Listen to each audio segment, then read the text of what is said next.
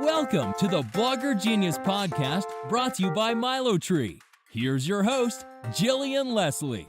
Hey guys, welcome back to the Blogger Genius. I am here today with Kate Kordsmeier. She is the blogger behind Root Revel. So welcome to the show, Kate. Thanks so much for having me. So we were just chatting before, and I want you to share your story with everybody because you have an interesting journey. Yeah, definitely. So I went to journalism school for college and graduated and pretty much immediately started freelance writing for magazines and newspapers. So I did that for about 7 or 8 years. It was amazing. I got to travel the world, and I was a food writer, so I basically just got paid to eat at the best restaurants around the world. It was great. Wow. Yeah, but it was also, a lot of work and really exhausting. And I started having a lot of health issues around 2014. Well, I was really kind of for a while and ignoring some issues for a while. And then around 2014 is when I couldn't ignore them anymore. And kind of what were you feeling? What were you going through?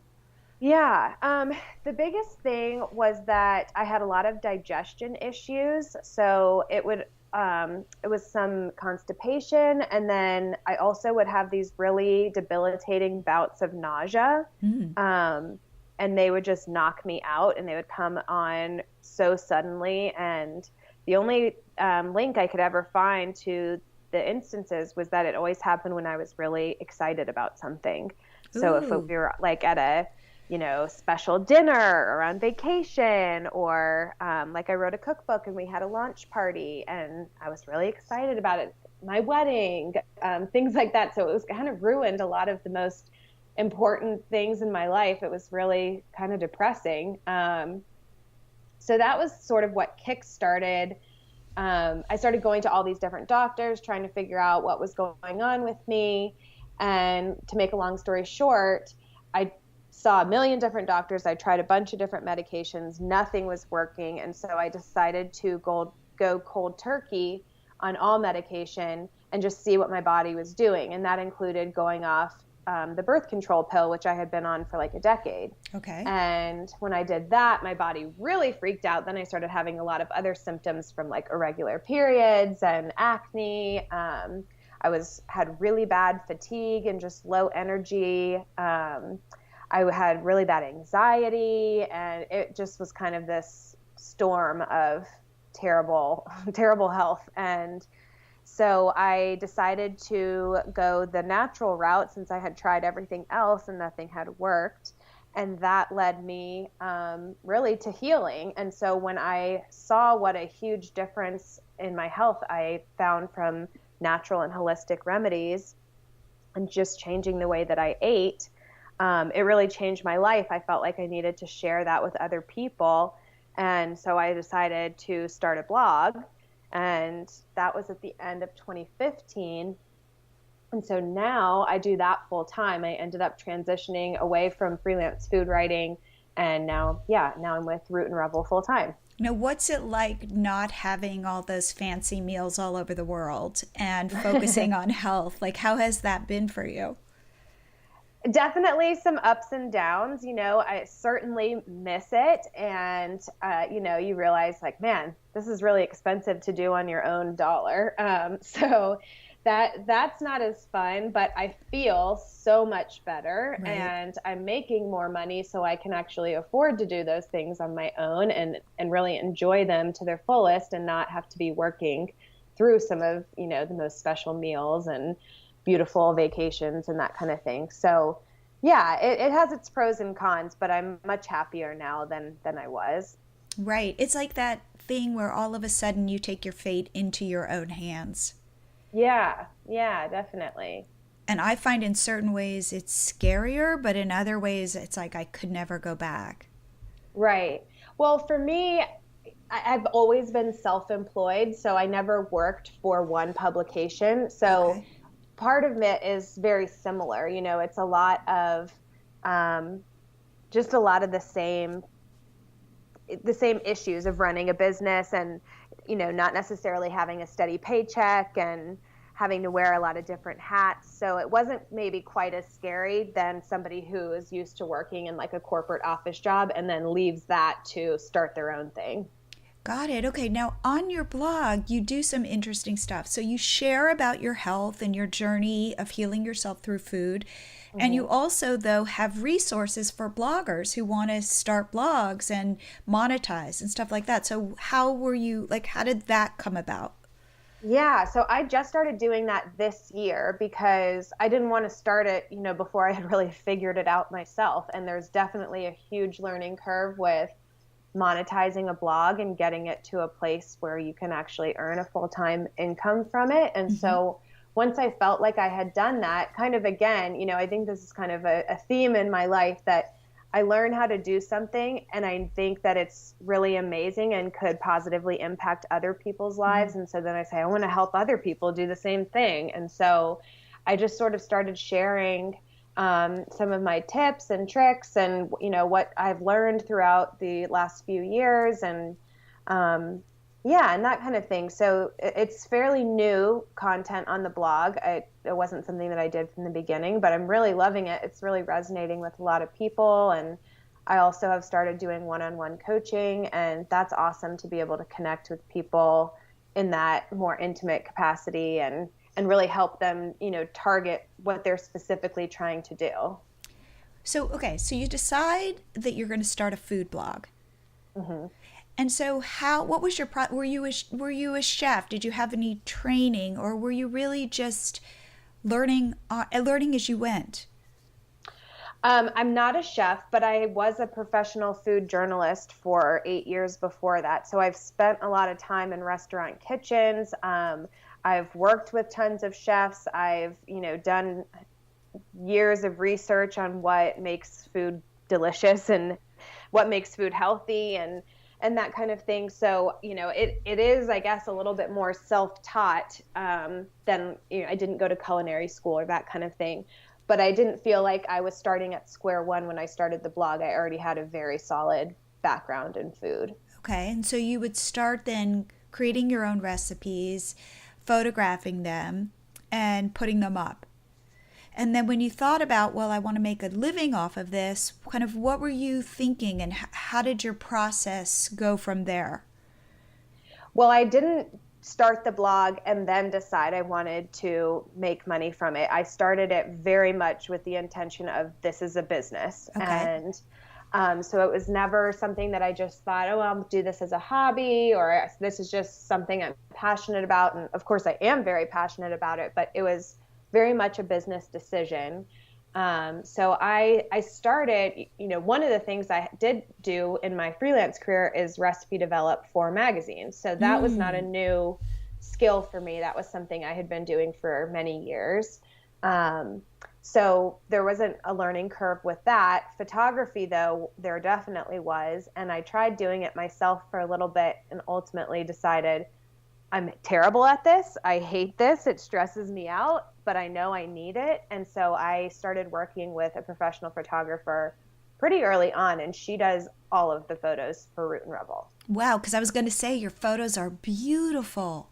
Oh, thank you. Yes, I cannot take credit for that. I mean, I'm the one making the food, and it's my hands in the photo, and we work together to kind of style and everything, but she is 100% takes the photos, edits the photos. I would be totally lost without So her. how does that work? You say, okay, Mondays, we're going to do some recipes, come over. Yep, pretty much. We meet every other week and we usually knock out like six different shoots in a day. Wow. So sometimes it's 6 recipes. Sometimes it's, a combination of, we work a lot with brands, so we have some like styled product shots or headshots or, just depending on what kind of content we're working on, we do a bunch of different things. And we also do video. So yeah, she just comes over every other week and we just knock it out. And how many hours do you guys do it? How long does that take? Right now, we're usually doing about a half day, so probably like 4 or 5 hours each time. We're also good friends, so I'm sure if we weren't, we could get it done faster, but we end up talking a lot. throughout, which is really nice. But yeah, so, but it used to be we would meet like once a month and we would do like 20 recipes in a day. And that was like first thing in the morning through, 9 or 10 at night. It was really long days. And then we both were like, maybe if we split this up and just did them more often, we could make this a little more doable. So And yeah, then, now we. so are you super organized? Yes.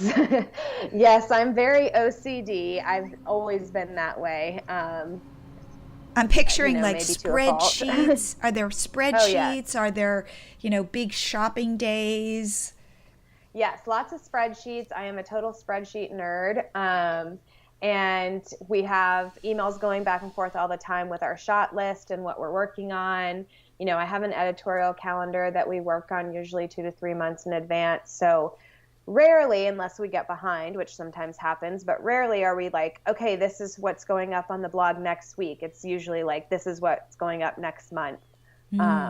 So we're usually working at least a month in advance. Wow. Okay. So then you've got your 6. So go back to this is a business. So you say, I need to hire a photographer. You get your photographer and you go. Mm-hmm. And then what was your next thought? Really it was in the beginning, it was just like getting as much quality content up on the blog as I could. Mm-hmm.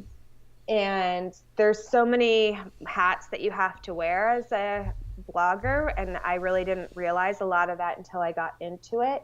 There's so much behind the scenes stuff that you're constantly working on, and everything from social media to SEO and, just things like coding stuff and making sure you have the right alt text on your photos and, networking with other bloggers and working with brands and getting sponsored content deals and that kind of thing. So the beginning was mostly just like creating the content. And then after we got like a good library going, then I sort of started slowly adding the other aspects to my plate.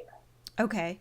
So how did you start monetizing, and how has that changed, or has it not changed over time? Yeah. Well, I started monetizing from day one. So of course it was much smaller then, but I started just by doing Google AdSense. Got it. And so I just had a few ads up on the site, and I joined a couple affiliate programs. So like Amazon was one of the first ones I joined. That was a no-brainer. Everybody shops on Amazon.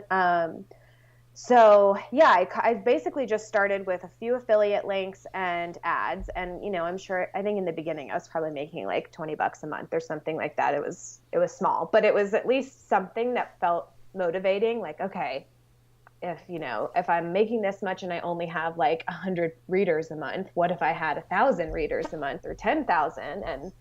And so started with that. And then I would say maybe about 6 months in or so, I started working with brands doing sponsored content. And so that's changed now. Again, it's mostly just my rates have changed as we've grown. But in the beginning, I think I've got maybe $100 or $200 for the first post.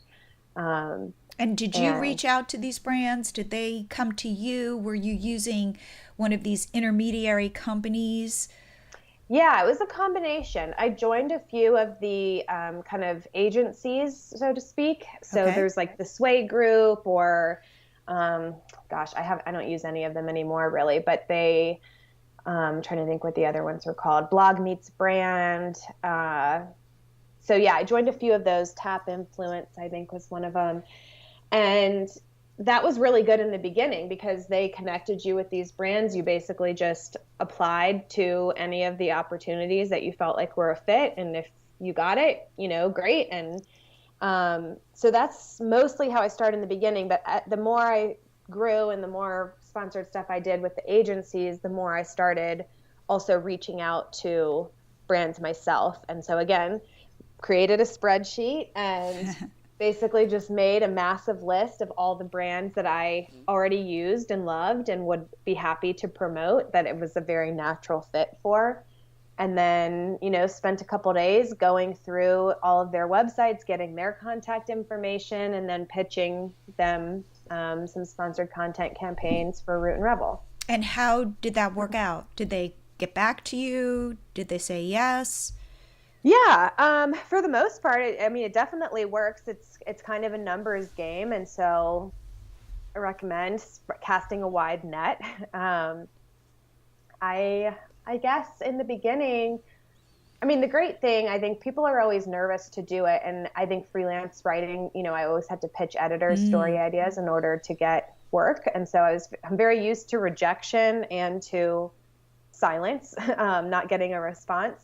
But it really taught me, like, the worst thing that can happen is somebody just says no thanks. Nobody's ever going to be mad or rude because you pitch them. So you really have nothing to lose. And so I just, started pitching people, letting them know who I was, what the site was about, giving them our media kit and what we could do for them. And we had a really good success rate. I actually ended up hiring somebody to help me with brand outreach pretty early on too. And so that was really helpful to have somebody that could kind of serve as a third party. Sometimes it can be awkward kind of pitching yourself. And I think it made me look probably more official to have, a brand manager. And so explain. So how did you find this person and what is his or her job? Yeah. So the first person I started working with was actually just a friend who had recently had a baby and was on maternity leave and was just looking for some side work to do. And so she had a background in PR, so it was a perfect fit. So I just started working with her originally. And then as her baby got older and more mobile, she didn't have as much time. So I ended up we parted ways very amicably, and then I started looking for more of like an all-around assistant.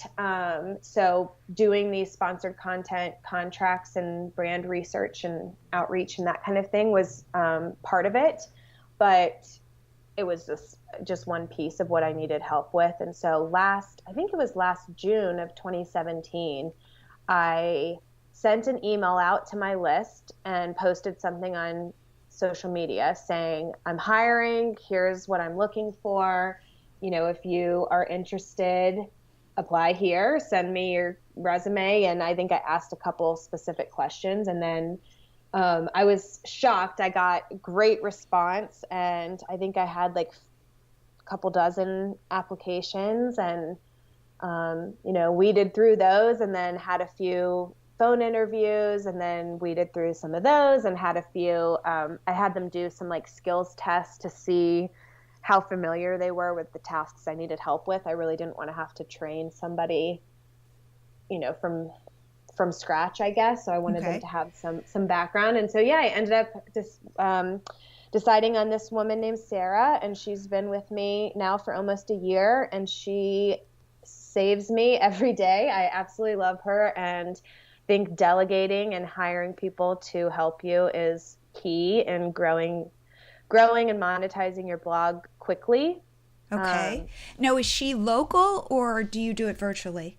We actually do it virtually. Yeah, she does not live. I'm in Atlanta, and she actually has lived in like a million different places since we started working together. She was originally like in Amsterdam when we started working together, but she was from North Carolina, and then she moved back, and she travels all the time. So I think it's a good gig for both of us because she gets the flexibility that she's looking for, and I get the help I need.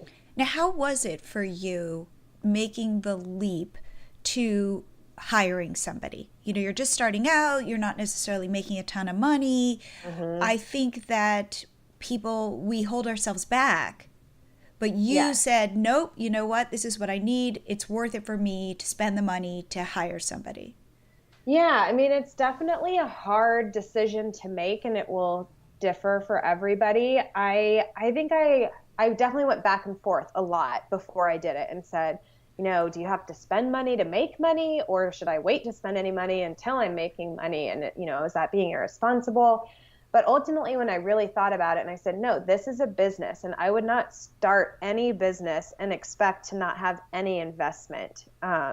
whether that's in advertising or hiring people or whatever it may be, most businesses take some capital to get off the ground. And I knew that this was what I wanted to do full time, and I wanted it to become my full-time income as quickly as possible. And so I think if I was somebody who was doing this as a hobby or just on the side, and I wasn't as eager to get it going, then, hiring somebody early on maybe wouldn't have made sense. But for me, it ultimately ended up making sense. And so I took the risk and hired, and I did it for a lot of different areas, and sometimes it worked and sometimes it didn't. And it was just, kind of trial and error. And I do have a lot of expenses, but ultimately, I think it's helped me grow much faster than I would have if I tried to do everything myself.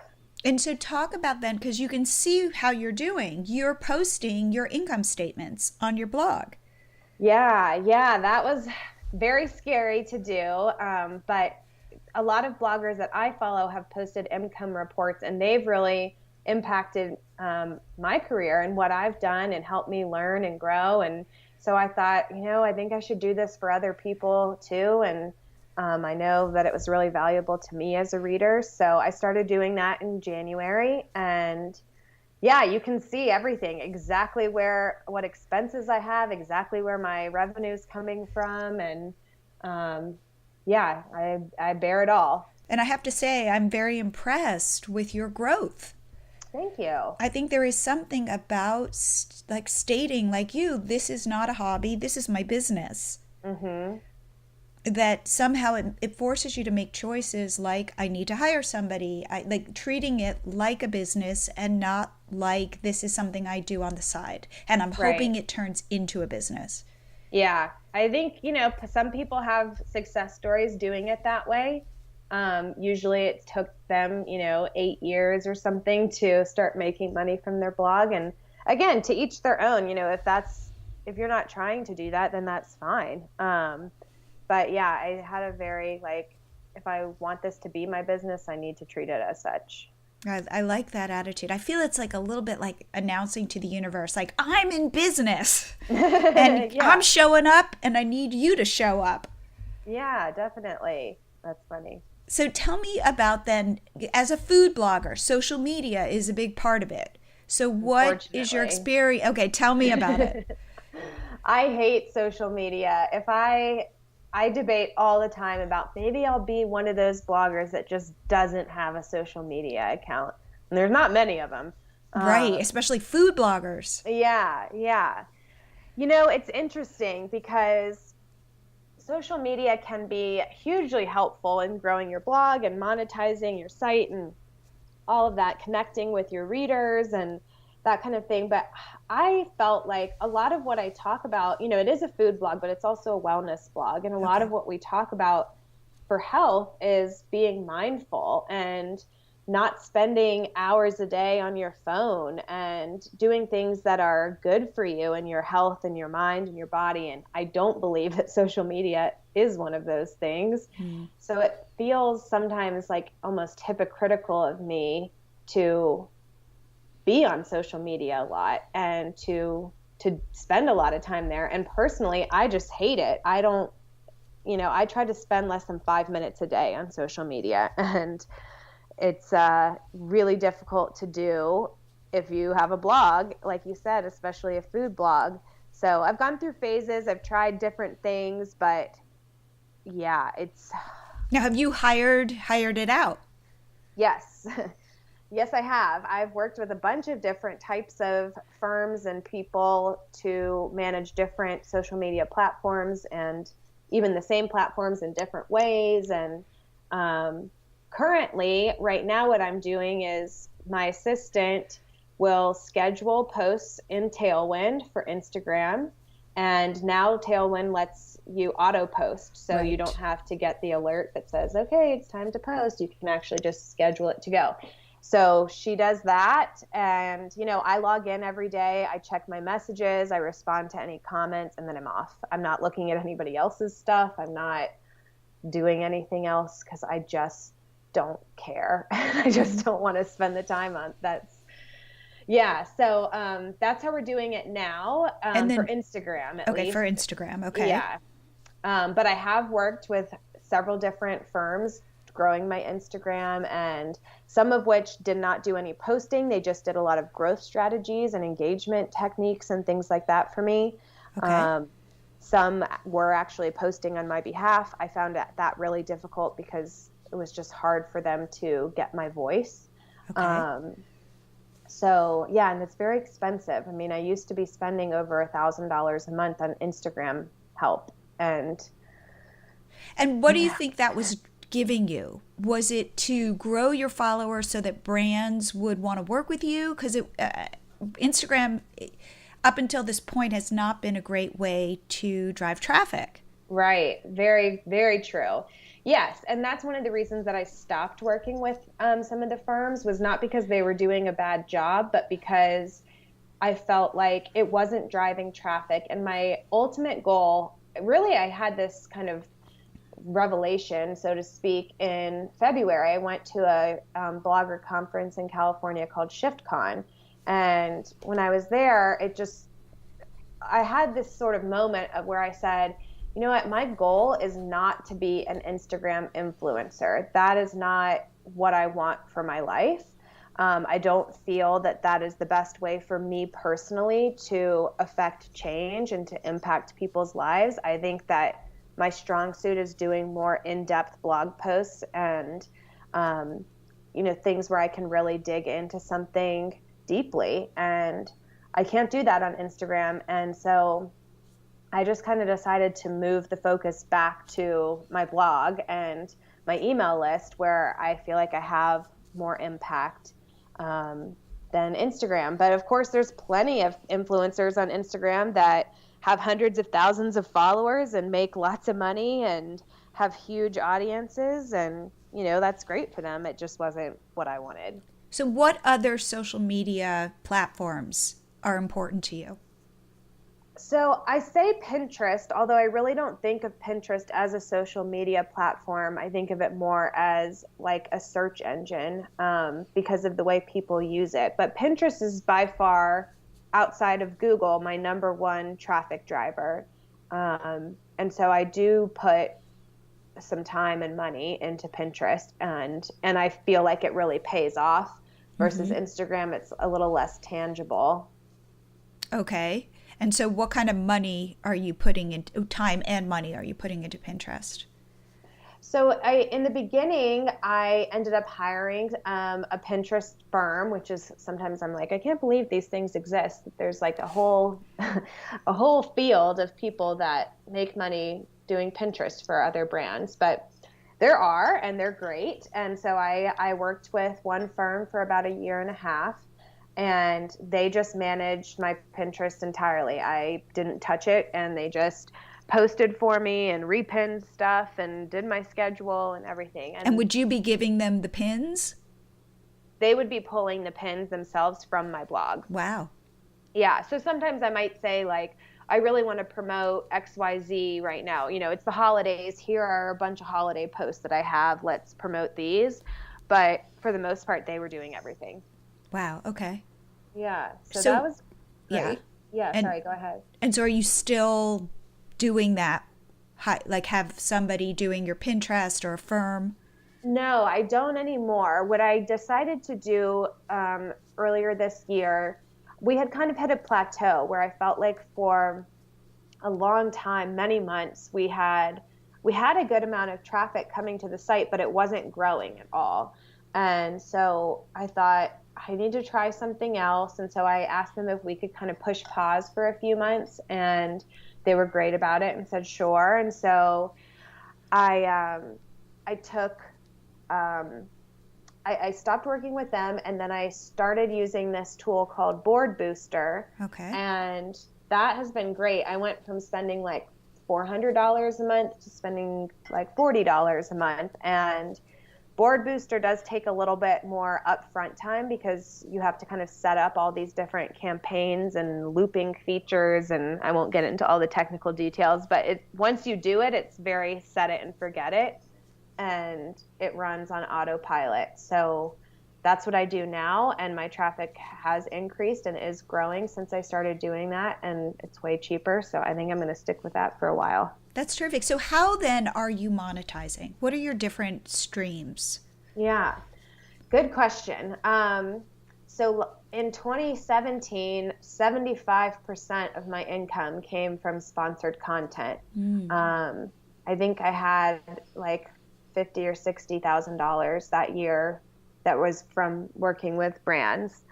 And I loved it, but I decided in 2018 that I wanted to scale back on how much sponsored content I was doing and try to come up with some more passive income streams. And so right now I do still do sponsored content, but I've gotten much choosier. I've raised my rates. We really only work with brands on long-term bases now instead of one-off posts. So that kind of helps streamline the workflow as well. And then I have my ad network and affiliates, and we've really been focusing a lot on affiliates this year. And that's been awesome. It's been growing like crazy. And So now give me an example of how you'll promote other products. Yeah. Affiliate products, you mean? Or Yeah. sponsored? Okay. Affiliate.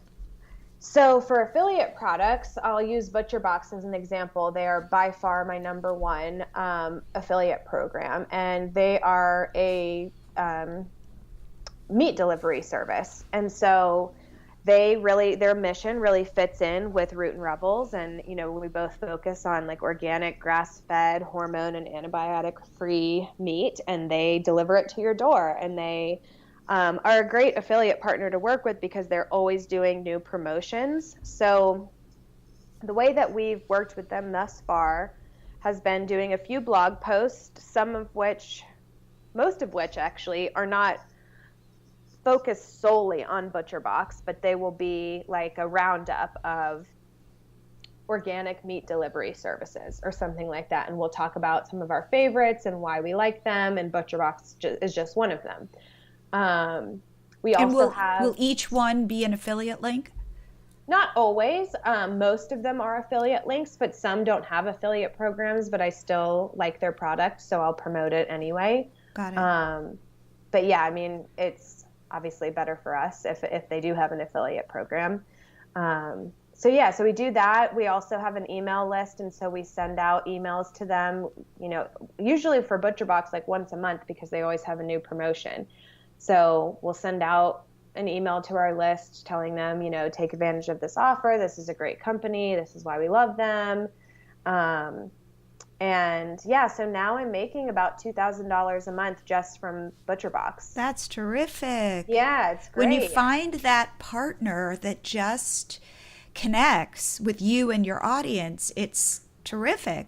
Yeah, it really is. It's so nice. And I wish I could figure out exactly why ButcherBox specifically is working so well. There's other affiliates that we've promoted just as much that we don't make anywhere near that much with. Right. So I don't have it down to a science yet, but they really resonates with my audience. I guess people really like getting their, high quality meat delivered to their doorstep. Wow, that's terrific. Okay, so what would be the one piece of advice that you wish someone had told you when you were starting out?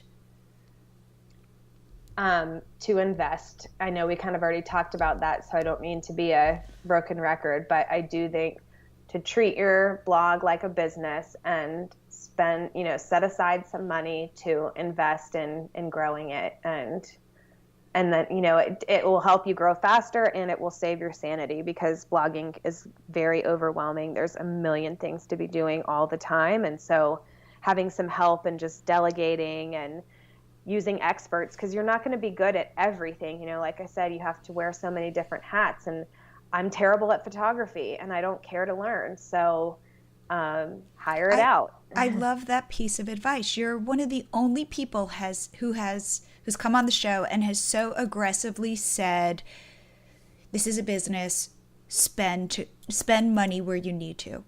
Yeah, that's so interesting. I'm surprised that more people don't take that approach, but it is hard. You have to have the money to spend. I wouldn't recommend going into debt necessarily to do it. Right.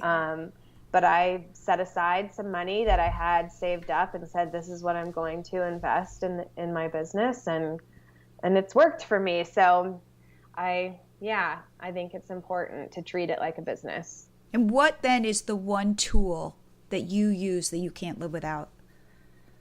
Ooh, gosh, there's so many. Okay, favorite tools. Just a couple. Tools. Yeah. Let's see. I love ConvertKit. That's what I use for my email list, and that's super helpful. And I feel like my email list has really been beneficial in connecting with my audience more and getting more clients and selling more affiliate products and all that kind of stuff. So I love ConvertKit. I love, Food Blogger Pro. I don't know if you're familiar with that, but yes. Yeah. So I was on Bjork's podcast. Oh, you were? Okay. Yeah. I'm going to have to listen to it. I was just on his podcast too, so we'll have to go back and listen to each other's episodes. Yeah, totally. Yeah, I love Bjork. I think he's awesome, so smart. And I joined Food Blogger Pro actually before I started Root Revel, and I basically went through their entire video course, all of their modules before I started so that I would know what I was doing. And so I'm still a member. You know, I don't use it near as often as I did then, but I love being able to go into the forums when I have a question and, connecting. A lot of the people that I've hired for my business, I've found through Food Blogger Pro. So it's been really helpful in putting me in touch with like a Pinterest forum or a SEO advisor or something like that. Okay. Any other tools? I love Tailwind. That's another scheduler that's helpful for social media. Let's see. What other tools? I know there's more. That's okay. I mean, yeah, LeadPages. That's another one that I use a lot and really, really like to do all of my pop-ups and email sign-ups and opt-in offers and that kind of thing. That's super helpful for growing my list. Awesome. So Kate, how can people reach out to you? How can they learn about what you're doing, see your income statements, and if they have any questions, get in touch with you? Yeah, I would love to hear from your listeners. So they can just head over to rootandrevel.com. On the homepage, there's a tab that says For Bloggers. So they can go there. There's income reports, the one-on-one coaching services that I have, some other resources, that kind of thing. And then, if they're not interested in blogging and would prefer to be looking more at the food and health stuff, then there's plenty of that content too. And my contact information's on the site. And let's see, I'm at Root and Revel on social media, although like I said, I don't really hang out there too much. So, yeah, that's awesome. Me. Well, Kate, thank you so much for being on the show. Yeah, thanks for having me. It was great. Are you trying to grow your social media followers and email subscribers? Well, if you've got 2 minutes, I've got a product for you. It's MiloTree. MiloTree is a smart pop-up slider that you install on your site, and it pops up and asks your visitors to follow you on Instagram, Facebook, YouTube, Pinterest, or subscribe to your list. It takes 2 minutes to install. We offer a WordPress plugin or a simple line of code, and it's Google friendly on mobile and desktop. So we know where your traffic is coming from.